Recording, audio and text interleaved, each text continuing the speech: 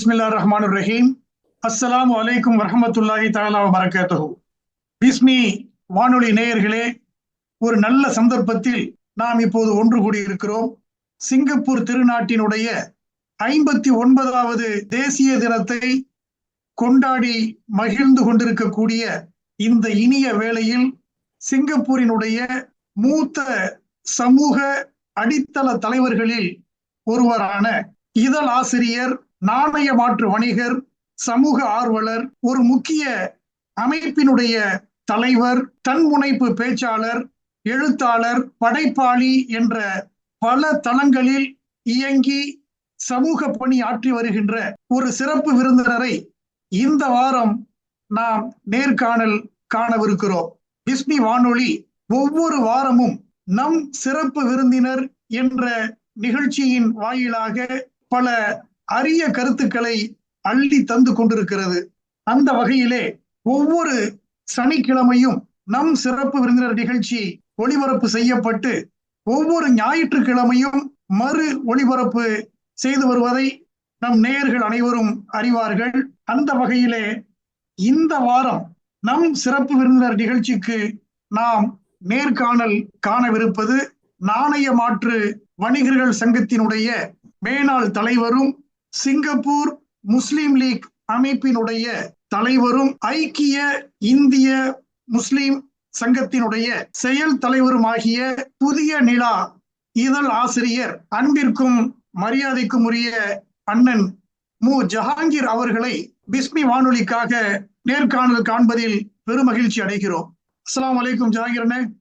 வலைக்கும் சலாம் ரஹமத்துல்லாஹி பரகாத்து. உங்களோட இணைஞ்சு நமக்கிடையே ஒரு தனிப்பட்ட முறையில நல்ல ஒரு நட்பும் ஒரு உறவுகளும் இருந்தாலும் பிஸ்மி வானொலியின் வாயிலாக நேயர்களை, உலக மக்கள் அத்துணை பேரையும் நம்முடைய தேசிய தினம் கொண்டாடுகின்ற இந்த வேளையில சந்திப்பதிலே பெருமகிழ்ச்சி அடையணும் ஜஹாங்கீர். பெருமகிழ்ச்சி. அறமுறம் வாழ்வழித்த அவனியை ஆழ்வதற்கு திறமீத இறைவனுக்கே தகுதியின் சிறப்பனைத்தும் என்ற ஒரு மொழியினை முன்மொழிந்து இறையர்களால் நம்மளுடைய இந்த நேர்காணலை தொடங்கலாம். நன்றி. சிங்கப்பூர்ல இந்த மணி சேஞ்சிங் பிசினஸ் என்று சொல்லக்கூடிய நாணய மாற்று வணிகம் இந்திய முஸ்லிம் வணிகர்களால் பல ஆண்டுகளாக மிக சிறப்பாக செய்து வரக்கூடிய ஒரு தொழில். இன்றைக்கு சிங்கப்பூர் நாணய மாற்று வாரியத்தினுடைய புள்ளி விவரத்தின்படி 230 மணி சேஞ்சர்ஸ் தொழில் செஞ்சுட்டு இருக்கிறாங்க. ஒரு 15-20 ஆண்டுகளுக்கு முன்னால நீங்க பாத்தீங்கன்னா ஏறத்தாழ 380 பேருக்கு மேல அந்த லைசன்ஸ் வச்சிருந்தாங்க. நீங்கள் ஒரு நாணய மாற்று வணிகர், ஒரு ஆத்தரைஸ்டு மணி சேஞ்சர். அது மட்டுமல்ல, சிங்கப்பூர்ல நாணய மாற்று வணிகர் சங்கம், மணி சேஞ்சர்ஸ் அசோசியேஷன் ஆஃப் சிங்கப்பூர், அதை நிறுவிய பெருமை தங்களுக்கும் உண்டு. அதுல 13 ஆண்டுகளாக நீங்க தலைவராக மிக சிறப்பாக பணியாற்றி இருக்கிறீர்கள். அந்த அடிப்படையில ஒரு நாணய மாற்று வணிகர் என்ற வகையில் தற்போதைய சூழல், இந்த தொழிலுக்கு இப்ப உள்ள நிகழ்காலம் எப்படி இருக்கிறது, இதனுடைய எதிர்காலம் எப்படி இருக்கும் என்று நீங்கள் நினைக்கிறீங்க? அதை பத்தி நம்ம நேயர்களுக்கு கொஞ்சம் பகிர்ந்துங்க. நிச்சயமாக. அதாவது காலத்திற்கேற்ற இந்த சூழலுக்கேற்ற ஒரு அருமையான கேள்வியை நீங்க முன் வச்சிருக்கீங்க. வரலாற்றுல பொருளியலுக்கு சிறப்பு சேர்த்த பல வணிக சமூகங்கள்ல நம்முடைய நாணய மாற்று வணிக தொழிலும் ஒரு முக்கியமான தொழில். அது மாத்திரமல்ல, கடந்த காலங்களுடைய வரலாற்றை நம்ம பார்க்கணும்னா, நாணய மாற்று வணிகர்கள் என்று சொன்னால் கூட இவர்களாம் நாணயமானவர்கள் அப்படின்ற ஒரு நட்பெயரை நம்முடைய முன்னோர்கள் இந்த வரலாற்றுல பதிவு செஞ்சிருக்காங்க. இந்த இன்னைக்கு இருக்கிற லெவலை பொறுத்தவரை பிஃபோர் கோவிட், ஆஃப்டர் கோவிட், கோவிட்டுக்கு முந்தி ஏறத்தாழ நீங்க சொன்ன 380 இருந்து அதை தொடர்ந்து ஒரு மேல் நோக்கி போயிட்டு இருந்துச்சு. அதுக்கப்புறம் இன்னைக்கு ஏறத்தாழ 230 தான் மணி சேஞ்சிங் லைசன்ஸ் இருக்கு. இதுல நம்ம பார்க்கலாம். ஏன்னா கடந்த காலங்களில் சிங்கப்பூர் நாணய வாரியம் மணி சேஞ்சர்ஸ் ஒரு லைசன்ஸ், ரெமிடன்ஸ் ஒரு லைசன்ஸ்னு வச்சிருந்தாங்க. இப்போ பேமெண்ட் செக்டர் அப்படிங்கிறதுல மணி சேஞ்சர் வருது. கிராஸ் பார்டர் அப்படிங்கிற 2-3 பிரிவுகளை தனித்தனி லைசன்ஸா வச்சிருக்காங்க. இப்ப நம்ம மணி சேஞ்சர்கள் மட்டுமே விளக்கமா பேசலாம். இதுக்கு என்ன காரணம் அப்படின்னு நீங்க பாத்தீங்கன்னா, இது நம்ம நாட்டுக்கு மட்டுமல்ல, உலகளாவிய அளவில் ஏற்றுப்படக்கூடிய மாற்றங்கள். இன்றைக்கு பெரும்பாலான நாடுகள்ல கேஷ்லெஸ் வந்துருச்சு. ரொக்க பரிவர்த்தனை குறைஞ்சுக்கிட்டே வருது. அப்படிங்கும் போது பெரும்பாலானவர்கள் என்ன பண்றாங்கன்னா, டெபிட் கார்டு, கிரெடிட் கார்டு இதை தான் ஏற்படுத்திட்டு பயணிக்கிறாங்க. அப்போ பயணிக்க போகும்போது அவர்கள் மிக எளிதாகவே வந்து அந்த சூழ்நிலைக்கு தக்கவாறு அவங்களுடைய வங்கி கணக்கின் மூலமாக தனிப்பட்ட தானியங்கியின் மூலமாக அவங்க பணம் பெற முடிகிறது. அதனால ரொக்கத்தை பயன்படுத்தி கொண்ட முறைகள் குறைகிறதுனால இந்த மணி சேஞ்சிங் தொழில மிகப்பெரிய ஒரு பின்னடைவு நோக்கி நம்ம போயிட்டு இருக்கிறோங்கிறது தான் யதார்த்தம். அப்போ எப்படின்னு கேட்டீங்கன்னா, இதை பார்க்கணும். ஒன்னும் கேஷ்ல இப்ப சிங்கப்பூர்லயே பாருங்க, நம்ம வந்து 10,000 வெள்ளி நோட்டை பார்த்தோம். அப்புறம் 1000 வெள்ளி தாள பார்த்தோம். 500 பார்த்தோம். இப்ப எல்லாம் போயிடுச்சு. இப்ப 100, 50 இப்படிதான் வந்துகிட்டு இருக்கு. எதிர்காலத்துல இதுலயும் மாற்றங்கள் வரக்கூடும். அப்ப ஒண்ணும் மக்கள் வந்து மிக எளிதாக நாணயங்களை சுமந்து வர்றத விரும்பல. அப்படியே வந்தாலும் கூட நமக்கெல்லாம் நல்லா தெரியும். கிராஸ் பார்டர்ல ஏறத்தாழ சிங்கப்பூருக்கு இங்க இருந்து அங்கே வெளியில இருந்து வந்தாலும் இங்க இருந்து போனாலும் 20,000 வெள்ளிக்கு போகும்போது டிக்ளேர் பண்ணிட்டு போக வேண்டிய நிலைமையா இருக்கு. இதெல்லாம் பயணிகளுக்கு, சுற்றுப்பயணிகளுக்கு, வணிகர்களுக்கு ஒரு பெரிய அசௌகரியத்தை கொடுக்குது. அவங்க என்ன பண்றாங்கன்னா, அதனால இந்த கார்டை யூஸ் பண்ணக்கூடிய பரவலா வந்துருச்சு. நாளுக்கு நாள் இந்த கார்டு யூஸ் பண்ணக்கூடியவங்க தான் நிறைய இருக்கிறாங்க. இதனால இது ஒண்ணு.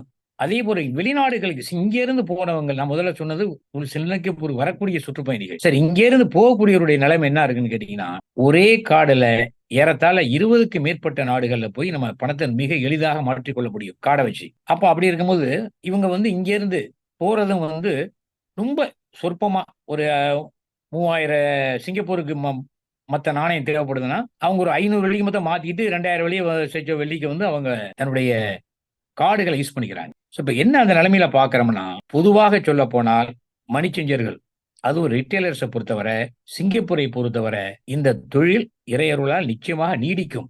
அதுல வந்து மாற்று கருத்து இல்ல.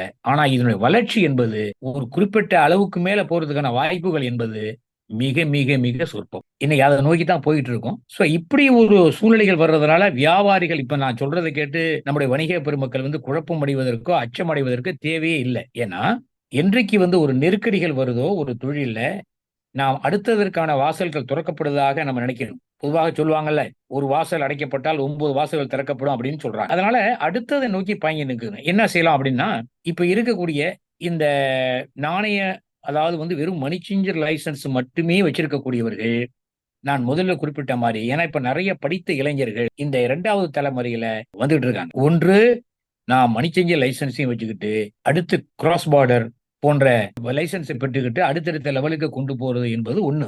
அப்படி இல்லைன்னா 2, 3 மனிதர்கள் ஒன்னா இணையக்கூடிய வாய்ப்பை நம்ம சிந்திக்கணும். ஏன்னா இன்னைக்கு நிர்வாக செலவுகள் மிக அதிகமா போயிட்டு இருக்கு. வியாபாரங்கள்ங்கிறது அந்த லெவல தான் இருக்கு. இன்னும் சொல்ல போனா குறைஞ்சிக்கிட்டு இருக்கு. அதனால 2, 3 கம்பெனிகள் அப்படி இணைந்து நாம் ஒரு புதிய கோணத்திலையும் இந்த தொழிலை பத்தி சிந்திக்கலாம். நம்முடைய வணிகர்களுக்கு ஒரு விஷயத்தை நான் கவனத்துல கொண்டு வர விரும்புறேன். அதாவது இன்றைக்கு வந்து உலகம் முழுவதும் பட்டி தொட்டி எங்கும், சிற்றூர்கள் இருந்து பேரூர்கள் வரை ஒவ்வொரு ஊர்களுக்கும் பணம் அனுப்பக்கூடிய சேவையை செய்து கூடிய நிறுவனம் வந்து வெஸ்டர்ன் யூனியன்.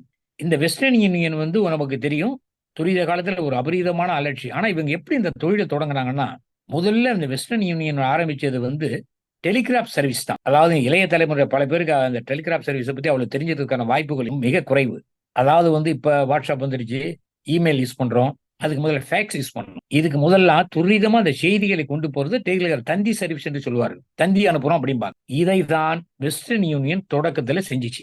உலகம் முழுக்கும் செஞ்சாங்க. ஒரு ஊர்ல இருந்து தந்தி அனுப்பணும்னா அஞ்சல், அதாவது போஸ்ட் ஆபீஸ் மூலியமா அந்த தந்தி சேவைகள் இருக்கும். ஆனா அவங்க என்ன பண்ணாங்கன்னா, அப்பவே முன்னோக்கி சிந்திக்க ஆரம்பிச்சிட்டாங்க. அந்த தொழில் லேச தொய்வு இருந்துச்சு. பல மாற்றங்கள் உலகில வரும்போது என்ன செய்யலாங்கும் போதுதான் உடனே இந்த பணம் அனுப்பக்கூடிய இந்த ரெமிட்டன்ஸ் சர்வீஸ் அவங்க அப்பவே திட்டமிட்டு ஆரம்பிச்சிட்டாங்க. சோ இன்னைக்கு அது அபரிவிதமான வளர்ச்சிகள் இருக்கிறது மட்டுமல்ல, பல நிறுவனங்கள் அது தொடர்ந்து வந்துருச்சு. அதுபோலதான் இன்றைக்கு இருக்கக்கூடிய தகவல் தொழில்நுட்பத்தை பயன்படுத்தி கொண்டு அடுத்த ஒரு முறைக்கான செல்லக்கூடிய பத்தி நம்ம வணிகர்கள் வந்து யோசிக்கணும். இதே லெவலில் இருந்து விடக்கூடாது என்பதுதான் என்னுடைய ஒரு தாழ்மையான வேண்டுகோள். மிக அற்புதமான ஒரு கருத்தை, காலத்தால் உணர வேண்டிய ஒரு கருத்தை நீங்க பகிர்ந்துகிட்டீங்க. ஒரு நாணய மாற்று வணிகர், முதியவர், தற்போது அவர் காலமாயிட்டாரு. அவர் அடிக்கடி சொல்லுவார், என்னுடைய அலுவலகத்துக்கு வரும்போதெல்லாம் சோத்து பானைக்கு மாத்து பானை இருக்கணும் என்று அவருடைய அந்த இயல்பான பேச்சுல சொல்லுவாப்ல.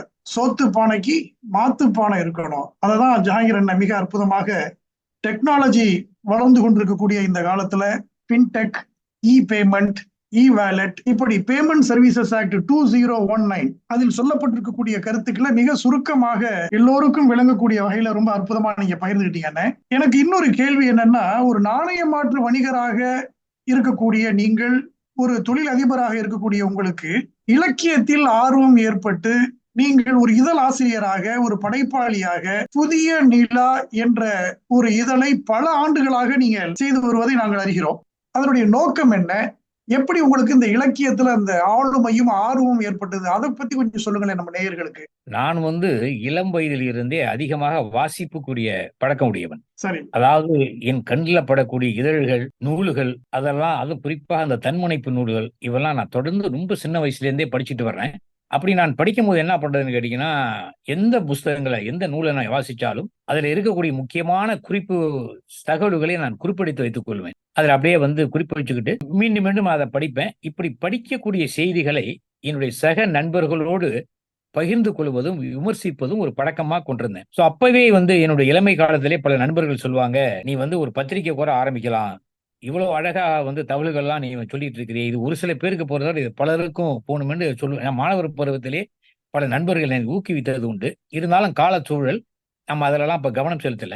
பிறகுதான் நம்ம யோசிச்சோம், சரி நமக்கு தெரிஞ்சிருக்க இந்த தகவல்களை பல சமூக மக்களோடு பகிர்ந்து கொண்டு அவங்களும் இதை பயனடையட்டுமேங்கிற நோக்கத்துல தான் இப்ப இன்னைக்கு நிறைய இருக்கு. இன்னைக்கு நம்ம வாட்ஸ்அப்ல பகிர்ந்துக்கிறோம், முகநூல்கள்ல போறோம். நிறைய சமூக ஊடகங்கள் பெருகி வரக்கூடிய காலம். ஆனா அன்னைக்கு அப்படிலாம் கிடையாது.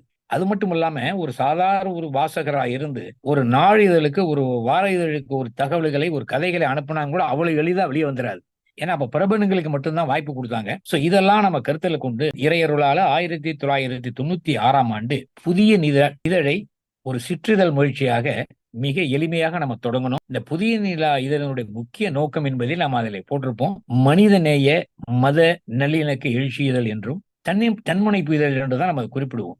அப்ப அது ஒரு முக்கியமா நம்ம என்ன தகவல்களை பதிவிட்டாங்கன்னா, சிங்கப்பூரை பற்றி, சிங்கப்பூர் மக்களை பற்றி வெளிநாட்டில் இருக்கக்கூடிய பலருக்கும் பல நல்ல தகவல்களை கொண்டு சொல்லக்கூடிய ஒரு நல்ல பணியை நம்முடைய புதிய நிலா செய்தது என்பதில் நமக்கு பெரிய ஒரு மனநிறைவு. ஏறத்தாழ புதிய நிலா இதழ் 4 ஆண்டுகள் தொடர்ந்து மாத இதழாக வந்தது. பிறகு காலாண்டு இதழ்கள் வந்துச்சு. அண்மை காலமாக எழுத்து ஊடகங்கள் மிக பின்தங்கி இருக்கக்கூடிய நிலையில அதை நம்ம கருத்துல கொண்டு நம்ம என்ன பண்றோம்னா, அவ்வப்போது மின்னிதழ்களாகவும் பேப்பராகவும் அவ்வப்போது சிறு சிறு நூல்களாகவும் எழுத்து மூலியமாக நாம் வெளியிட்டு இருக்கிறோம்.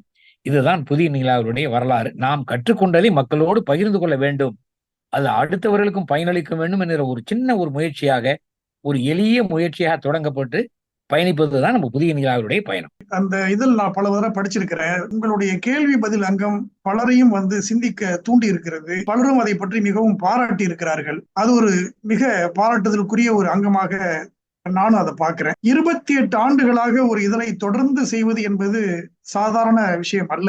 உங்களிடம் இந்த நேர்காணல் காணும் பொழுது எனக்கு ஒரு சிறு சிந்தனை. ஆம்ஸ்ட்ராங் நிலவிலே ஒரு கால் பதிச்சார். ஜஹாங்கீர் அண்ணன் நிலவுல கை பதிச்சிருக்கிறீங்க. ஆம்ஸ்ட்ராங் கால் பதித்தது பழைய நிலா, அண்ணன் ஜஹாங்கீர் கை வைத்தது புதிய நிலா என்று உங்களை நான் மனதார இந்த நேரத்தில் வாழ்த்துகிறேன், பாராட்டுகிறேன். சிங்கப்பூருடைய அடுத்த கேள்வி என்ன? இப்போது சிங்கப்பூருடைய முஸ்லீம் லீக் அமைப்பினுடைய தலைவராக மிக அற்புதமாக நீங்கள் செயலாற்றி கொண்டு வருகிறீர்கள். வளர்பிறை, இளம் பிறை என்று அதில் சில பிரிவுகள், பேசும் கலை வளர்ப்போம் என்று மிக அற்புதமான நிகழ்ச்சி தொடர்ச்சியாக பல பேச்சாளர்களை, மாணவர்களை, இளையர்களை தன்னம்பிக்கையோடு அவர்கள் சமூகத்தில் வளம் வர வேண்டும் என்ற நல்ல நோக்கத்தோடு பேசும் கலை வளர்ப்போம் என்ற ஒரு நிகழ்ச்சி. இதெல்லாம் சிங்கப்பூர் முஸ்லீம் லீக் என்ற அமைப்புல உங்களுடைய தலைமைத்துவத்தின் கீழ் நடந்து வருகிறது. அது மட்டுமல்லாமல் ஐக்கிய இந்திய முஸ்லீம் சங்கத்தினுடைய செயல் தலைவராகவும் நீங்கள் பணியாற்றி வருகிறீர்கள். இந்த 2 அமைப்புகளுடைய செயல்பாடுகள், அதுல அண்ணனுடைய பங்களிப்பு, அதை பற்றி கொஞ்சம் சொல்லுங்க அண்ணன். வாழ்கின்ற நாட்டிற்கு வளம் சேர்ப்போம், சமூக ஒற்றுமைக்கு பலம் சேர்ப்போம் என்ற முழக்கத்தோடு கடந்த பல ஆண்டுகளாக பல்வேறு தளங்களிலும் களங்களிலும் களமாடி வரக்கூடிய அமைப்பு முஸ்லீம் லீக் சிங்கப்பூர் அமைப்பாகும். இந்த அமைப்பினுடைய முக்கியமான குறிக்கோள் என்பது இளைய தலைமுறை இளைஞர்களிடையே கல்வி விழிப்புணர்ச்சியை ஏற்படுத்துவது, வணிகர்களிடையே அடுத்த தலைமுறைக்கான ஒரு விழிப்புணர்ச்சியை ஏற்படுத்துவது, பல்வேறு சமூக மொழி இனங்களை கொண்ட மக்களோடு சமூக நல்லிணக்கத்தோடு வாழ்வதற்கு மக்களை ஊக்குவிப்போம். இது தொடர்ந்து நம்ம பணியாற்றிட்டு வர்றோம்.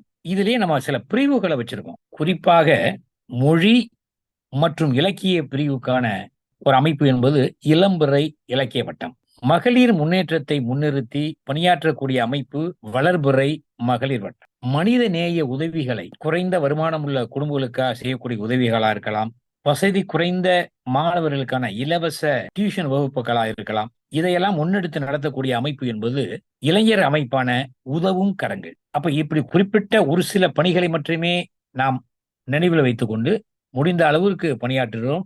இதை ஒரு தனிப்பட்ட ஒருவராக அல்லது ஒரு தனிப்பட்ட ஒருவர் கிடைத்த பாராட்டாக நான் கருதவில்லை. இந்த அமைப்பிலே பல ஆளுமைகள் என்னோடு தோளோடு தோள் நிற்கிறார்கள்.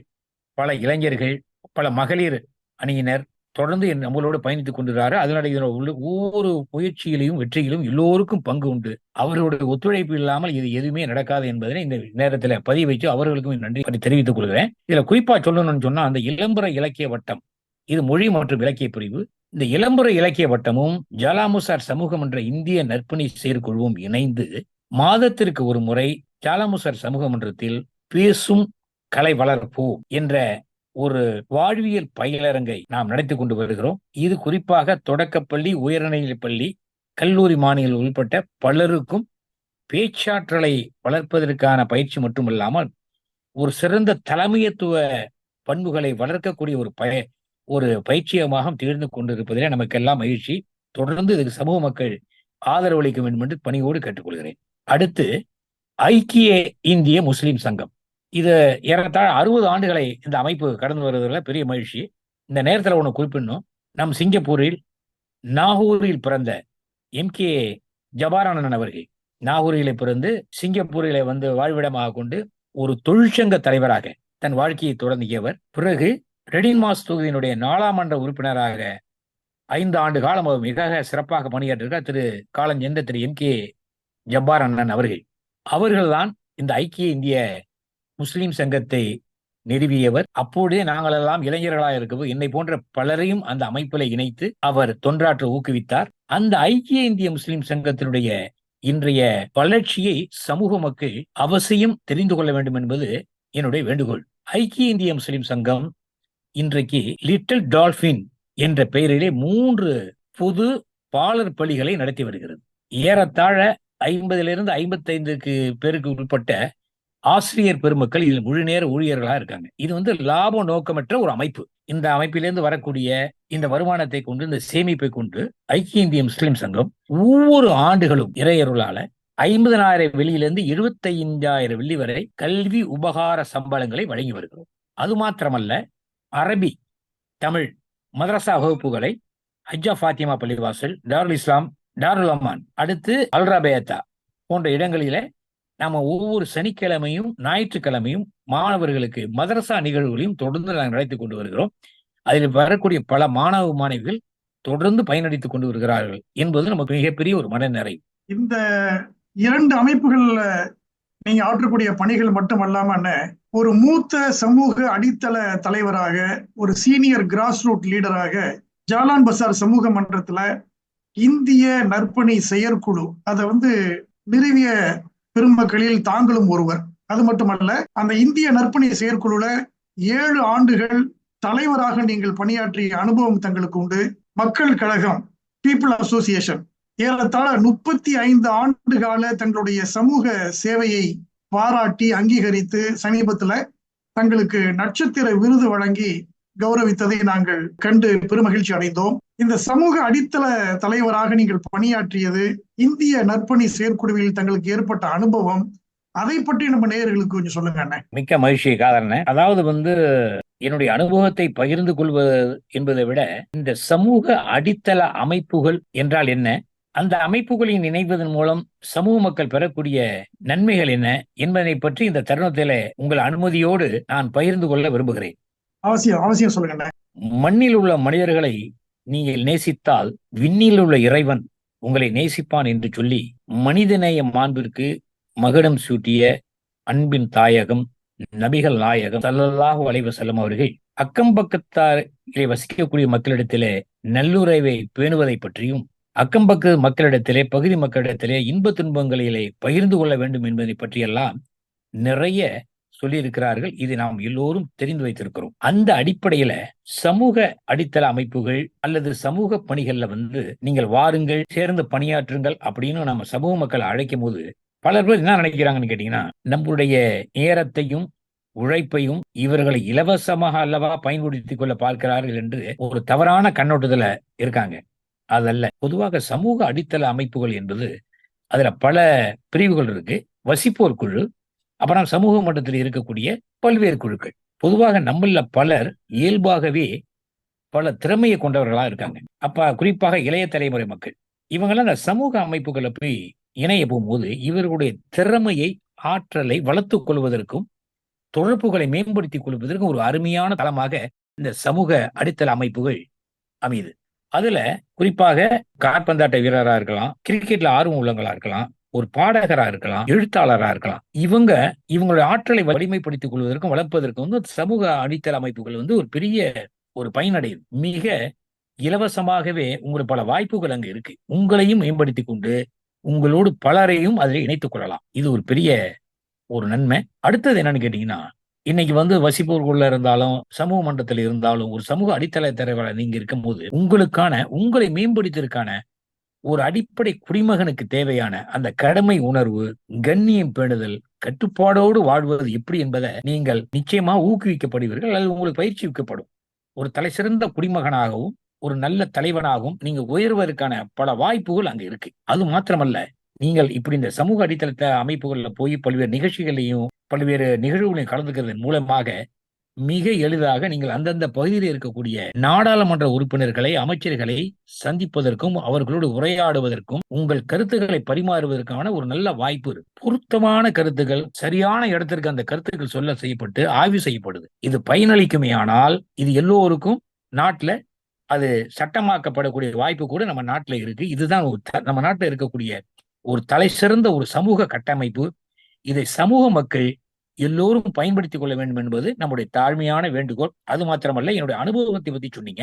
இந்த அனுபவம் என்னவென்று சொன்னா, நான் முதல்ல சொன்ன மாதிரி ஏறத்தாழ நான் 35 ஆண்டு காலம் இதுக்கான ஒரு தொடர்ந்து பயணிச்சுக்கு வர்றோம் அப்படிங்க போகும்போது ஒவ்வொரு முறையும் என்னை மேம்படுத்திக் கொண்டு அந்த அனுபவங்களை நான் பலருக்கு சொல்லியிருக்கிறேன். அதுல ஒரு காலத்துல ஏறத்தாழ 30 ஆண்டுகளுக்கு முன்னெல்லாம் குறிப்பாக இந்தியர்கள்லாம் சமூக மன்றத்திற்கு வரக்கூடிய வாய்ப்புகள் மிக மிக குறைவாக இருந்தது. எம்மை போன்றவர்கள் அதுல உள்ள நுழைஞ்ச பிறகு பலரும் மக்கள் எளிமையாக இந்தியர்கள் அதை வருவதற்கும் பயன்படுத்துவதற்கும் ஒரு வாய்ப்புகளை நாமும் அதுல ஏற்படுத்தி கொடுத்தோம் என்பதிலே ஒரு மனநிறைவு.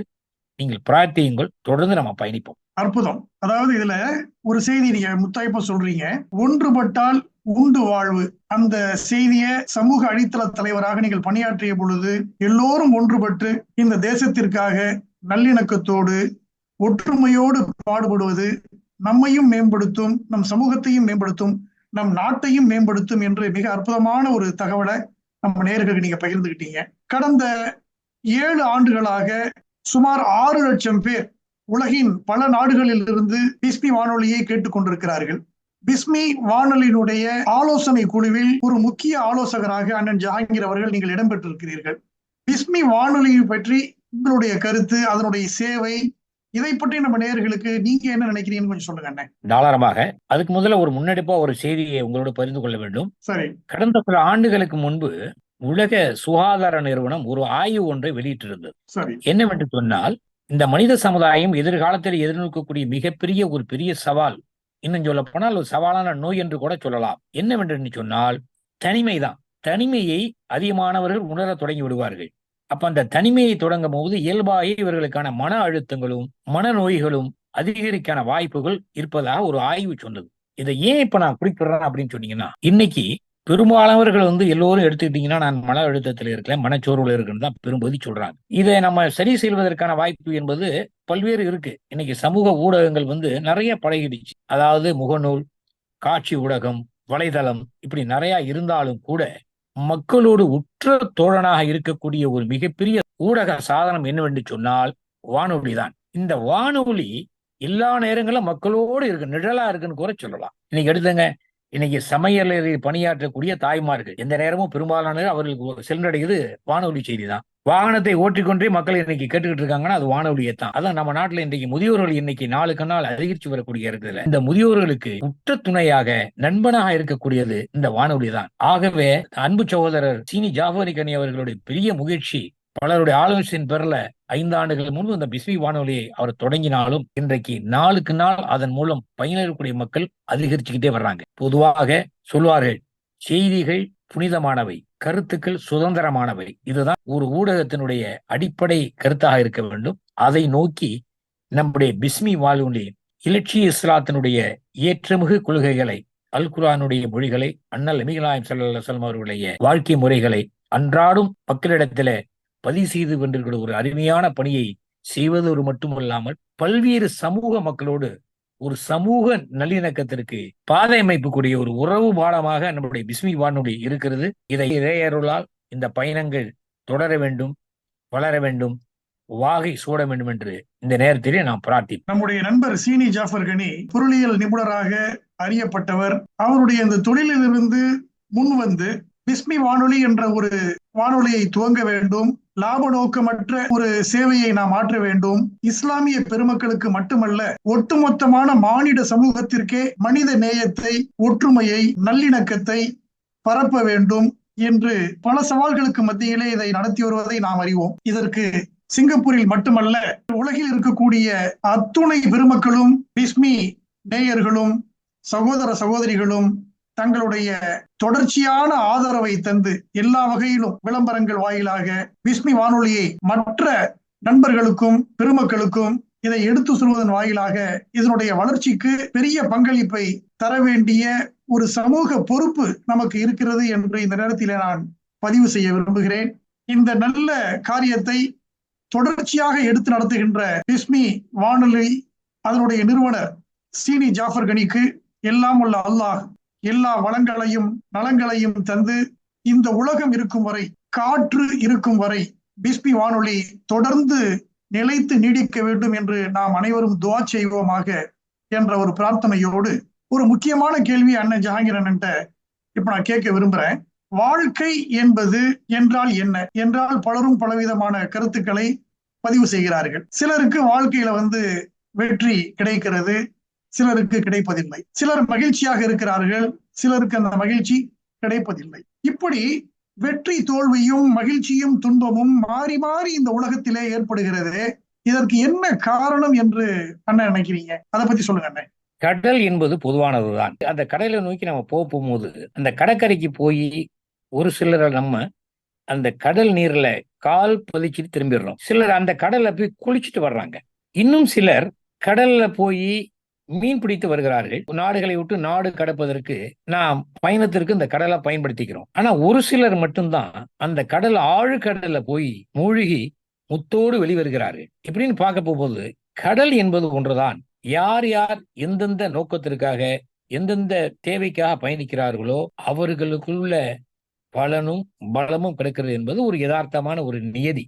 பொதுவாக எல்லாம் வல்ல இறைவன் தன் அருள்மறையாம் திருமறையிலே மிக அழகாக சொல்கிறான், மனிதனை தன்னுடைய பிரதிநிதியாக இந்த உலகத்தில் படைத்ததாக சொல்கிறான். ஆக இறைவனுடைய படைப்பிலை ஒவ்வொரு மனிதர்களும், ஏன்னா இறைவன் படைச்சிருக்கான் இல்லையா, ஒவ்வொரு மனிதரும் மிகச்சிறந்த படைப்புகள், ஒவ்வொருவரும் மிகச்சிறந்த அறிவாளிகள், ஆற்றல் மிக்கவர்கள், அதுல மாற்று கருத்தே கிடையாது. ஆனால் இந்த இதுல முறைப்படி நாம் நம்மை பற்றி அறிந்து கொள்வதற்கும் தெரிந்து கொள்வதற்கும் முயற்சிகள் செய்வதில்லை. அந்த நோக்கத்தோடு நீ பயணிக்கிறது என்பதுதான் முக்கியம். இன்னைக்கு 2 விஷயம் பொதுவாக நம்ம பார்க்கணும். ஒண்ணு, நாம் என்ன விரும்பணுமோ அதை இறைவன் நமக்கு கொடுக்கிறான், அல்லது நமக்கு எது பொருத்தவனு இறைவன் நினைக்கிறானோ அதுவும் நமக்கு வழங்கப்படுகிறது. ஆக கிடைக்காத ஒன்றை நினைத்து குழப்பமடைந்து கொண்டு சலிப்படைந்து விட கிடைத்ததை கொன்று நமக்கு என்ன வாய்ப்பு வந்திருக்கு அந்த வாய்ப்பிலிருந்து நாமும் சிறப்பா வாழ்ந்து இந்த மனித சமுதாயத்திற்கும் உதவி செய்ய வேண்டும் என்பதுதான் மனித வாழ்க்கையினுடைய மனித பிறவியினுடைய நோக்கமா இருக்கும். எண்ணத்தை போல வாழ்க்கை, எண்ணத்தின் அடிப்படையிலே செயல்கள், செயல் அடிப்படையிலே வாழ்க்கை. ஆகவே நிச்சயமாக வாழ்க்கை என்பதை நாம் இறைவன் நமக்கு கொடுத்த ஒரு மிகப்பெரிய ஒரு வாய்ப்பாக பயன்படுத்திக் கொண்டு பயணிக்க வேண்டும் என்பதுதான் ஒரு சாமானியனான என்னுடைய கருத்து. ரொம்ப அற்புதமா சொன்னீங்க. அந்த கடலை நீங்க உதாரணம் காமிச்சது ரொம்ப சிறப்பா இருக்கு. பொறுமை கடலினும் பெரிது என்று என்பது பெருமக்கள் சொல்லக்கூடிய ஒரு பழமொழி. கடலை பொறுமை கடலினும் பெரியதுன்னு சொன்னாங்கன்னா, இன்னல்லாஹ் மாஷாபிரின், பொறுமையாளர்களின் பக்கம் அல்லாஹ் இருக்கிறான் என்பது நாம் அறிந்த திருமறை வசனம். எனவே வாழ்க்கையிலே வெற்றி என்பது கடலை போல மிக பொறுமையோடு நாம் கையாண்டால் எதையும் இந்த உலகிலே சாதிக்க முடியும் என்பதை நீங்கள் மிக அழகாக கூட்டிட்டு நம்ம நேர்கிட்ட பகிர்ந்துகிட்டீங்க. நிறைவாக நம்முடைய நேர்காணலுடைய ஒரு நிறைவான கேள்வி, சிங்கப்பூர் திருநாட்டினுடைய 59வது தேசிய தினத்தை நாம் கொண்டாடி மகிழ்ந்து கொண்டிருக்கக்கூடிய இந்த ஒரு அற்புதமான ஒரு வேளையில, நீங்கள் சிங்கப்பூருடைய ஒரு குடிமகனாக, மூத்த சமூக அடித்தள தலைவராக, ஒரு நாணய மாற்று வணிகராக, புதிய நிலா இதழ் ஆசிரியராக, சிங்கப்பூர் முஸ்லிம் லீக் அமைப்பினுடைய தலைவராக, ஐக்கிய இந்திய முஸ்லிம் சங்கத்தினுடைய செயல் தலைவராக, சமூக ஆர்வலராக, சிங்கப்பூர் குடிமக்களுக்கும் உலகெங்கும் இந்த நேர்காணலை செவிமடுத்து கேட்டுக்கொண்டிருக்கக்கூடிய நேயர்களுக்கும் நீங்கள் சொல்லக்கூடிய கருத்து, செய்தி, மெசேஜ், அதை கொஞ்சம் சொல்லுங்க அண்ணே. மிக்க மகிழ்ச்சி காதர்ண்ண. பொதுவாக இன்றைக்கு உலக அரங்குல பல்வேறு அரசியல், சமூக, அறிவியல் துறைகள்ல ஒரு தனித்துவத்தோடு பயணித்திருக்கக்கூடிய நாடு நம்முடைய சிங்கப்பூர் குடியரசு என்பதிலே நம்ம எல்லோருக்கும் மகிழ்ச்சி. இந்த நாட்டில் நாமெல்லாம் ஒரு குடிமக்களா இருக்கிறோம் என்பதில் நமக்கெல்லாம் ஒரு பெரிய பெருமை. சிங்கப்பூரினுடைய பொதுவாக பல சிறப்புகளை பற்றி நாம் நிச்சயமா பகிர்ந்துக்கலாம். அது நம்ம சிங்கப்பூர் ஆகிய மக்களுக்கு எல்லாருக்கும் தெரிஞ்சது, உலக மக்களுக்கு தெரிஞ்சதுதான். அண்மையிலே கூட நேற்றைய தினம் தமிழ் முரசிலே ஒரு செய்தி, சிங்கப்பூர் கடைப்பிதழை பாஸ்போர்ட்டை வச்சிருக்க மக்கள் ஏறத்தாழ 195 நாடுகளுக்கு விசா இன்றியே நாம் பயணிக்க முடியும். அப்ப இதுல இருந்து என்ன தெரிஞ்சிருக்குன்னா, இந்த சிங்கப்பூர் நாட்டை பத்தியும் சிங்கப்பூர் மக்களை பத்தியும் உலகளாவிய பார்வை எப்படி இருக்குன்னு நம்ம பார்க்கணும். இது ஏதோ நமக்குள்ள பேசுகிற பேச்சு இல்ல. அப்ப நம்மை பற்றி எப்படி ஒரு நல்ல மதிப்பு இருந்தா, ஒரு பெரிய ஒரு எதிர்பார்ப்பு இருந்தா, உலக மக்கள் இன்றைக்கு எப்படி தங்கள் நாடுகள்ல கதவுகளை திறந்து விடுவார்கள் என்பதுல நம்ம பார்த்தா இது ஒன்னே போதும். இப்ப என்ன நினைக்கீங்கன்னா, பொதுவாக இந்த நாட்டுல என்ன ஒரு சிறப்பு அப்படின்னு பொதுவான பார்வை, அடிப்படை சுகாதாரம், ஊழலற்ற நிர்வாகம், இங்க இன்ன மத பேதங்களுக்கு முன்னுரை கொடுக்காம திறமைகளுக்கே முன்னுரிமை என்ற ஒரு சமூக நீதி கோட்பாடு இந்த நாட்டுல குறிப்பிட்டு சொல்லக்கூடிய ஒரு சிறந்த அம்சமாக இருந்து கொண்டிருக்கிறது. அதே போல இன்னும் சொல்ல வேண்டும் என்று சொன்னால், 59 ஆண்டுகளுக்கு முன்பு ஒரு சராசரி சிங்கப்பூருடைய ஒரு ஆண்டு வருமானம் என்பது ஏறத்தாழ ஒரு 600 அமெரிக்க டாலர் தான். ஆனா இன்றைக்கு ஒரு சராசரி சிங்கப்பூருடைய வருமானம் என்பது 8000 US டாலர்ஸ் இருந்து அதுக்கு மேல இன்றைக்கு கணக்கிடப்படுகிறது. இது ஒரு மிகப்பெரிய ஒரு சாதனை, உலகளாவிய சாதனை என்று கூட சொல்லலாம். சோ இந்த நாட்டுல வாழக்கூடிய மக்கள், நமக்கும் சில பிரச்சனைகள் உண்டு, குறைகள் உண்டு, அது மனித இயல்பு. ஆனா புதுப்படையா பார்க்க போனோம்னா, இந்த நாட்டில் இருக்கக்கூடிய குடிமக்கள் ஒரு மிகச்சிறந்த ஒரு சிறப்பு பெற்றவர்கள் என்பதுதான் உலகளாவிய ஒரு பார்வை. அப்ப நாம இன்னைக்கு என்ன செய்யணும்னா, இது ஒரு போட்டி மிக்க ஒரு உலகத்துல நம்ம வாழ்ந்துகிட்டு இருக்கிறோம். கடுமையான போட்டி, ஓடிக்கிட்டே இருக்கணும். கொஞ்சம் உட்கார்ந்தாலும் கூட நம்ம தட்டிட்டு அடுத்தவங்க போயிடுவோம். இன்னும் சொல்ல போனால் A4 ஆப்பிள் என்று சொல்வதை போல இன்றைக்கு A4 ஆர்டிபிஷியல் இன்டெலிஜென்ஸ் என்று சொல்லக்கூடிய அளவுக்கு நீ தகவல் தொழில்நுட்பம் வளர்ந்துகிட்டு இருக்கு. அதனால ஒவ்வொருவரும் தன்னுடைய லைஃப் லாங் லேர்னிங் சொல்லக்கூடிய வாழ்நாள் கல்வியை மேம்பட கொடுக்கக்கூடிய நிலையில இருக்கிறோம். ஆகவே எனக்கு நானே சொல்லிக் கொள்வது, சமூக மக்களுக்கு சொல்ல விரும்ப ஒரு எளிமையான கருத்து என்று சொன்னா, சிங்கப்பூர் குடிமகளாக இருக்கக்கூடிய ஒவ்வொரு மக்களும், ஒவ்வொரு குடும்பத்திலையும், ஒவ்வொரு குடிமகனுக்கு எப்படி பிறப்பு சான்றிதழ் முக்கியமோ, எப்படி அடையாள கார்டு முக்கியமோ, எப்படி கடைப்பிதழ் முக்கியமோ, அதுபோல உயர்கல்வி பட்டதாரி என்கின்ற பட்டப்படிப்பு என்பது மிக மிக முக்கியமானது. அப்படி பட்டப்படிப்பை பெற்றுக்கொள்வது மட்டுமில்லாமல் வாழ்நாள் கல்வியை நோக்கி நாம் பயணிக்க வேண்டும். சிங்கப்பூரை பொறுத்தவரை இன்னொன்னு சொல்லணும், வாழ்நாள் கல்வியை மேம்படுத்திக்கணும் அப்படின்னு நினைக்கிறவங்களுக்கு இங்க பொருளாதாரம் ஒரு பிரச்சனையே இல்லை. அதுக்கு பல விஷயங்களை சொல்ல முடிகிற ஸ்கில் ஃபீச்சர் அப்படிங்கிறத ஒரு திட்டத்தை அரசாங்கம் கொடுத்திருக்கு. இதை பயன்படுத்தி கொள்வது குறைவு என்று சொன்னாலும் கூட, குறிப்பாக இந்தியர்கள், தமிழர்கள் இதை பயன்படுத்திக் கொள்வது விழுக்காடு என்பது மிக குறைச்சலா இருக்கு. அதனால இந்த ஸ்கில் ஃபீச்சர் போன்ற வாழ்நாள் கல்வியை மேம்படுத்துவதற்கான பயிற்சியை மேம்படுத்துவதற்கான இதை சமூக மக்கள் பயன்படுத்திக் கொள்ள வேண்டும். ஒவ்வொரு தனிமனிதனுடைய வளர்ச்சியில், குடும்பத்தினுடைய மகிழ்ச்சியில் தான் ஒரு நாட்டினுடைய எழுச்சி இருக்கிறது.